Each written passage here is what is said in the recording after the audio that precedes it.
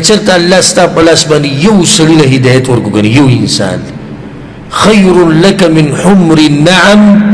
دا ستا دپاره دغه سرو اوښانو نه م غوره دي سره اوښان دا په عربو کې ډېر قیمتي اوښان دي دا حدیث چې انسان واوري د انسان د زړه سم خوشحاله شي خصوصا چې کوم ورور داعي او دعوت ورکوي د حق طرف ته او دین طرف ته چې یو سړی یو انسان الله ستا په لاس باندې حق ته راواړو که نه او دین ته یې راواړو دا یو انسان ستا دپاره د سرو اوښانو نه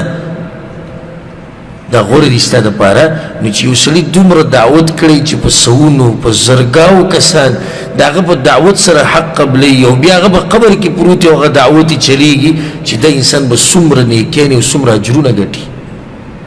زه تاسو ټولو ته دا وایم موږ ټول ګورې تبلیغیان یو زه هم تبلیغیم تم تبلیغی هغه هم تبلیغی دی دوی هم تبلیغیان دي ټول تبلیغیان او لازم نه ده چې تبلیغ او دعوت په دې کېږي چې ته په جومات کې کښېنې په منبر باندې او جوړې جوړې مسلې د قرآن او حدیث بیانې ده لازم نه ده یو سړی وایي زما شوق ته چې تبلیغی شم او تبلیغ وکړم خو دعوت طریقه نه راځي کیسټ خور کروره سیډي چاله ورکه میموري چاله ډکه کا بیان چاته ولېږه سبحان الله یعنی څومره د دعوت اسان شوی دی یو سړی ویل ما سره خو دغه جوهر علم نشته زه محرومه شوم نه محرومه نه د دغه جوهر علم والا بیانونه ولېږه خلکو ته د دغه علماو بیانونه ولېږه خلکو ته ستا په یو بیان باندې که یو سړي د الله هدایت ورکو دا د سرو اوښانو نه ستا دپاره غوره ده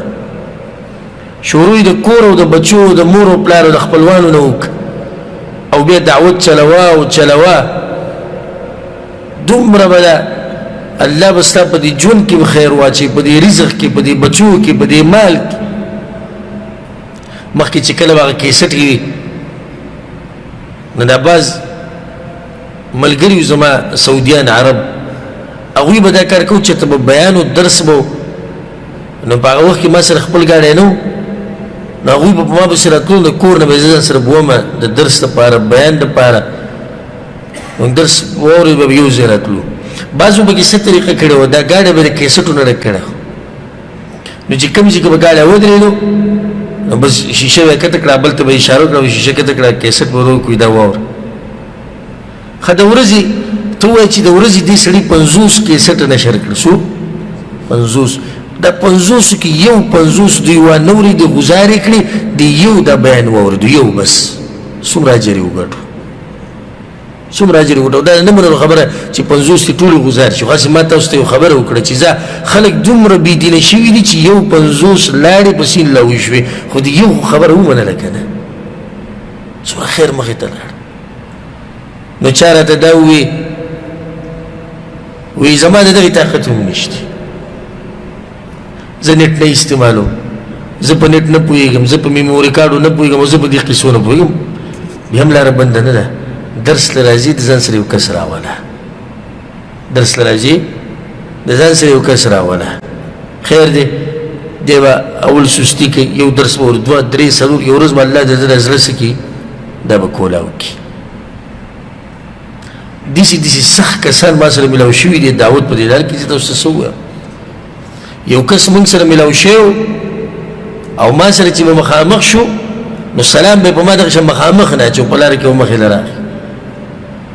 او یو ورځ دې کسانو ته ویلي وایي ده ته ووایي چې په ما باندې دې محنت نه کوي که د ده په دې مسلو باندې جنت میلاویږي نو جنت مې نه دی په کار جهنم ته ځم بیا مغه محنت او کوشش ما نه پرېښود او نو سره ما سختي کړې وه دا ګوره څه قسمه مخلوق دی دوی په دې هغه موږ پوه نه شو